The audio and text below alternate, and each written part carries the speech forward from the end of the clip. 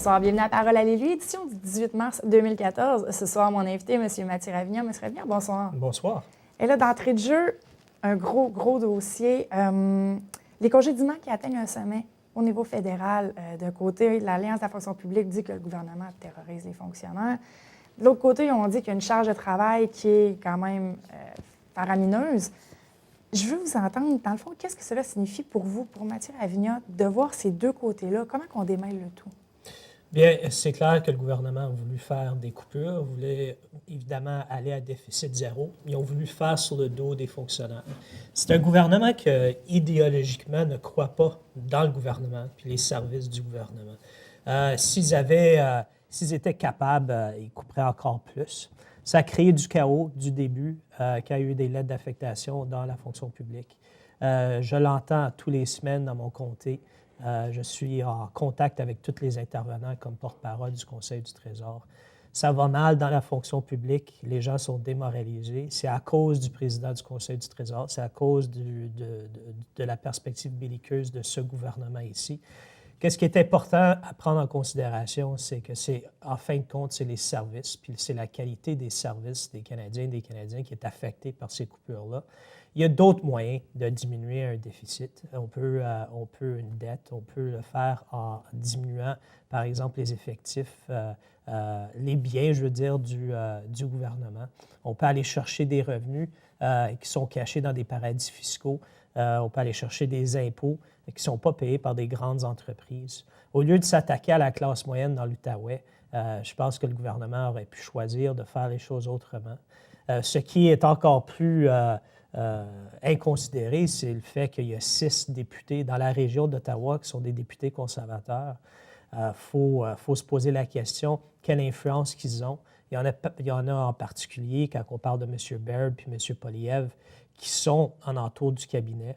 Et puis, ils semblent avoir très peu d'influence. Je pense que qu'est-ce qu'il faut faire, c'est valoriser la fonction publique, faire en sorte qu'évidemment, le travail du gouvernement se fait efficacement, mais on sait elle se fait. Il y a eu des coupures dans les années 90, il y a eu des coupures maintenant. On est rendu à un point où la fonction publique fait son travail avec très peu de ressources. Et puis, ça a un impact sur la santé et sur la santé mentale de nos fonctionnaires et aussi sur l'économie de toute la région de l'Outaouais. C'est un cercle qui tourne, c'est un cercle vicieux, si vous me permettez l'expression. Vous m'avez mentionné plusieurs solutions, plusieurs pistes qu'on pourrait prendre. Mais en étant l'opposition officielle, vous avez les mains quelque peu liées, si je peux dire. Concrètement parlant, qu'est-ce que le NPD, qu'est-ce que M. Ravignon peut faire pour les aider présentement? Bien, il faut être leur voix au Parlement. Il faut essayer de gagner du terrain dans la conscience de tous les Canadiens et Canadiennes, parce que qu'est-ce que le gouvernement est en train de faire? S'ils essaient de créer un conflit entre le secteur privé et le secteur public. Que, évidemment, les fonctionnaires l'ont facile, c'est pas comme le secteur privé, mais quand on compare les choses, la vérité, elle est autre chose. Et donc, il faut d'abord bien représenter les fonctionnaires de notre région. Il faut s'opposer aux lois, il faut informer les Canadiens. Puis évidemment, il faut remplacer le gouvernement, ce gouvernement qui a très peu de respect pour nos fonctionnaires. On va revenir plus tard justement sur peut-être des élections possibles dans quelques temps, voire quelques mois. Mais je veux revenir sur l'appareil gouvernemental. Des postes dits bilingues vont être transformés en postes unilingues anglophones avec la prime de 800 $ qui était attachée à ça. Premièrement, je veux savoir l'importance du bilinguisme au Parlement, c'est lequel, selon vous? Bien, je veux dire, pour nous, au NPD, c'est primordial. Pour moi, comme d'origine franco-ontarienne, et habite en Outaouais, une circonscription bilingue, toujours vécu dans un environnement bilingue, je sais que ça peut fonctionner. Mais il faut avoir un gouvernement qui y croit. Et puis, du début du gouvernement majoritaire de Harper, on voit maintes exemples où le gouvernement s'en fout carrément du bilinguisme. Que ce soit du début, ils ont éliminé des postes d'apprentissage de langue seconde en français à la Commission de la fonction publique. Ils ont voulu faire ça avec des contrats, mais ça a diminué le montant accessible aux fonctionnaires qui n'étaient pas bilingues. On peut parler des nominations à la Cour suprême. Il y a eu des questions de bilinguisme. M. Fraser, qui est le vérificateur général. Son bilinguisme, il s'est efforcé. Il peut maintenant parler un assez bon français, mais il faut dire que ça ne faisait pas partie de l'analyse du gouvernement Harper en choisissant quelqu'un. Il y a eu un exemple après un autre, là, et malheureusement, on en est là. Ils essaient encore de diminuer les coûts de l'État, mais à mauvaise place. Les francophones vont être moins bien servis et c'est tout à fait inacceptable si on veut que le fait français au Canada aille sa place. Je vous amène tout autre sujet, les espaces verts, le projet de loi de Mme Turmel, je ne me trompe pas, le C-23, quelque chose comme ça. Corrigez-moi, je me trompe. Deuxième lecture à la Chambre des communes. L'importance de conserver ces espaces verts, le parc de la Gatineau, plus spécifiquement, c'est laquelle pour l'NPD? Bien, pour nous et pour Mme Turmel, c'est très important parce que sans frontières, il y a très peu sans frontières définies, il y a très peu de moyens d'assurer que le parc ne rétrécit pas et que son écologie soit protégée non plus. Le parc est magnifique. J'y passe beaucoup de temps avec ma petite famille. Et puis, elle est très utilisée et il faut la protéger. Pour le faire, il faut être certain d'avoir des règlements qui sont clairs quand on construit dans le parc. Quand on vend des terrains qui sont à l'intérieur du parc, parce qu'il y a une partie du parc qui est appartenue par des citoyens. Et donc, tout ça doit être clair et très bien défini. Et c'est ce que le projet de loi de Mme Turmel va faire. Et en le faisant, on va protéger le parc. Et puis, c'est tout à fait important. Mais pour certaines personnes, dénigrent le projet de loi, si je peux dire, sont vraiment pas en accord avec le projet de loi de Mme Turmel. Qu'est-ce qu'on pourrait leur dire pour essayer de leur démontrer l'importance des espaces verts? Bien, d'abord, il faut dire qu'on a eu, beaucoup de support pour ce projet de loi-là dans la région.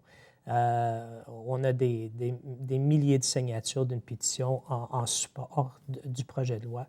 C'est toujours ceux qui sont un petit peu sur les extrêmes, soit extrêmement écologiques ou s'en foutent carrément du parc, qui sont des fois plus écoutés. Mais je pense que la majorité de la population voit le projet de loi comme étant tout à fait raisonnable. Et c'est un projet de loi qui essaie de faire un consensus. Et on est là pour ça, pour assurer que le parc peut être utilisé, que ceux qui sont propriétaires à l'intérieur du parc ont des droits, je veux dire, ils sont propriétaires, et en même temps qu'on assure qu'on protège le parc pour les générations futures. Donc, ça ne va pas plaire à tout le monde, mais je suis certain que ça va plaire à la grande majorité et que, à la fin de ligne, ça va évidemment protéger le parc. On revient en politique, un gros morceau, le projet de réforme électorale. Et là, tantôt, je mentionnais que le projet de loi, Mme Turmel, c'était C-23. Je me suis quelque peu trompée, c'est le projet de loi pour la réforme. L'intégrité des élections, c'est quand même complexe. Est-ce que vous pouvez juste essayer de démêler un petit peu les morceaux pour ceux qui ne seraient pas familiers avec la réforme? Bien, essentiellement, la réforme propose de diminuer...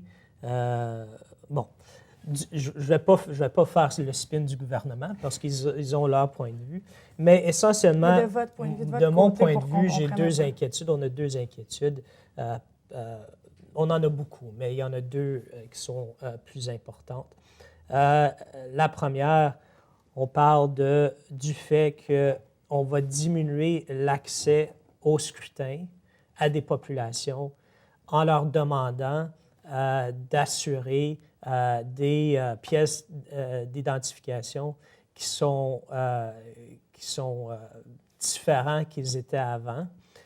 Et on n'a plus la capacité de jurer pour quelqu'un pour que la personne soit capable de voter. Quelqu'un qui est sans domicile ou quelqu'un qui n'a pas nécessairement leur pièce d'identification, ça permettait à ces gens-là, si on peut parler peut-être d'aînés ou de jeunes ou de sans-abri à voter, qui est fondamental, qu'on soit dans n'importe quelle situation, comme citoyen, une situation difficile, on devrait quand même avoir le droit de voter. Donc, ça diminue l'accès. Et on n'est pas les seuls à le dire. Les carrefours jeunesse de la région étaient très inquiets de l'impact que ça aurait sur la jeunesse, des groupes d'aînés aussi. Il y a 159 professeurs d'université spécialistes en droit constitutionnel et dans les lois des élections qui se sont prononcés contre cette réforme. Donc, on parle d'intellectuels, on parle de gens qui connaissent très bien la loi. On peut parler de M. Méran, lui-même, qui est à l'Élection Canada, qui est commissaire, est contre cette réforme. Donc, ça, c'est la première chose, c'est le manque d'accès. La deuxième chose, c'est qu'ils veulent changer les règlements quant aux dons pour les partis. Pour les partis. Mais ils le font à court de route. Ils le font dans des conditions qui vont avantager les gens qui sont déjà élus. Donc, un député sortant va avoir le droit d'augmenter une certaine partie de ses dons personnels. Et donc, on comprend qu'un député qui est sortant est dans une situation qui est un petit peu plus avantageuse versus ceux qui ne le sont pas et se présentent contre lui. Donc, ça crée des problèmes quant à l'équilibre et puis un petit peu l'aspect, comment je pourrais dire, transparent des élections. Il y a une pétition de plus de 50 000 noms, si je ne m'abuse, a été remise contre le projet, contre la réforme, dans le fond. Le gouvernement est majoritaire, on ne se le cachera pas. Qu'est-ce que l'opposition? Est-ce que vous croyez que toutes ces noms, toutes ces personnes qui sont contre la réforme vont pouvoir peser dans la balance? Ou c'est clair que tout va aller de l'avant? Oui, on a aussi demandé une consultation publique. On s'attendait que le gouvernement ait assez de confiance dans leur loi pour la présenter aux Canadiens et Canadiennes à travers le pays. Malheureusement, ils ont refusé de le faire. Donc, M. Méran le fait, et puis avec l'ancien directeur parlementaire du budget, M. Page, et puis on le fait aussi. Et qu'est-ce qu'on se rend compte, c'est que le plus qu'on explique aux Canadiens et Canadiennes les impacts de la loi, les détails, le plus qu'ils sont contre. Et donc, c'est ça qu'il faut faire. Notre travail, c'est d'informer les Canadiens et Canadiennes et informer les groupes aussi qui ont notre démocratie à cœur. Et les professeurs, les groupes, les avocats, etc., qui connaissent cette loi-là, de plus en plus, ils vont se prononcer. Et il faut que ça fait mal aux députés conservateurs dans leur région. Et j'y crois. Je pense que de plus en plus. Et puis, on verra, ça va peut-être devenir un enjeu fondamental pour les élections en 2015. M'amener sur un point, c'est un sondage qui date du 19 février, il y a quelques temps, par exemple, mais le Parti libéral est en avance de 4-5 points sur le NPD. Est-ce que les sondages font peur? Parce que M. Cannon a réitéré peut-être son intérêt à revenir en politique. Vous l'avez battu lors des dernières élections. Qu'est-ce que vous en dites de ces sondages-là? Bien, en général, les sondages sont... on a vu ça dans les dernières élections en 2011. Les sondages, personne n'aurait cru que le NPD aurait eu le résultat qu'ils ont eu. Donc, il faut faire très attention avec les sondages. Mais en général, je pense qu'un député, fondamentalement, a la responsabilité de représenter ces gens, d'être présent dans sa communauté. Et puis, ce qui m'importe plus, c'est le travail des députés. Et peu importe qui est élu au provincial, je suis là pour travailler avec eux. Et puis, j'espère que c'est des bonnes personnes, qu'ils ont leur cœur dans la bonne place et puis qui veulent travailler pour leurs gens. Et on verra. Et puis, c'est aux Québécois de prendre leurs décisions. pour les élections fédérales qui devraient être en 2015, techniquement parlant, comment on se prépare un an d'avance? Est-ce que c'est en étant plus sur le terrain? Est-ce que c'est en serrant plus de mains? Si je parle vraiment de manière imagée. Comment on se prépare d'un an d'avance? Bien, je pense que on se prépare presque tout le temps. C'est-à-dire que si on fait un bon travail, si on est présent dans la communauté, et puis il ne faut pas juste faire ça 18 mois avant les élections. Les gens vont le savoir. Puis en plus, c'est vraiment pas le travail d'un politicien. Le travail d'un politicien, c'est de travailler à tous les jours pour les gens de sa circonscription. S'il ne l'a pas fait, ça va se faire sentir, je crois, fondamentalement. Et puis, si on prend avantage des gens et on est juste là pour les élections, les gens ne vont pas répondre à ça, ne vont pas trouver ça très, très bien, ils ne vont pas sentir la présence puis la passion que la personne a pour ses concitoyens. Donc, je pense que c'est clair que être en élection, c'est faire plus de médias, c'est être plus présent, mais il fallait d'abord faire le travail quand on a été élu. Et puis, il ne faut pas juste faire le travail durant les élections, mais reste que l'intensité de qu'est-ce qu'on fait, évidemment, s'accroît durant cette période-là. Environ 30 secondes, qu'est-ce qui s'en vient pour M. Mathieu Rapignan?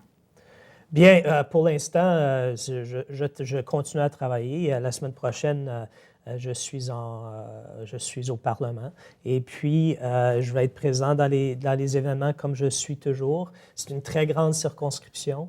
Et donc, il y a beaucoup de travail à faire. Je suis dans mes bureaux, je suis là pour représenter mes gens. Et puis, je le fais avec passion, je le fais avec conviction. En 2015, on verra. Parfait, monsieur. Monsieur Rapignan, merci beaucoup. Vous êtes le bienvenu aussi souvent que vous voulez. C'est très gentil de votre part. Ça fait plaisir. L'émission qui suit, c'est la conférence de presse sur le demi-marathon de la Fondation Santé de Papineau qui aura lieu au mois de juin. Vous pouvez déjà d'ailleurs vous inscrire sur le site Web, mais toutes les informations vont être dans la conférence qui suit à l'instant. Je vous souhaite une très bonne soirée.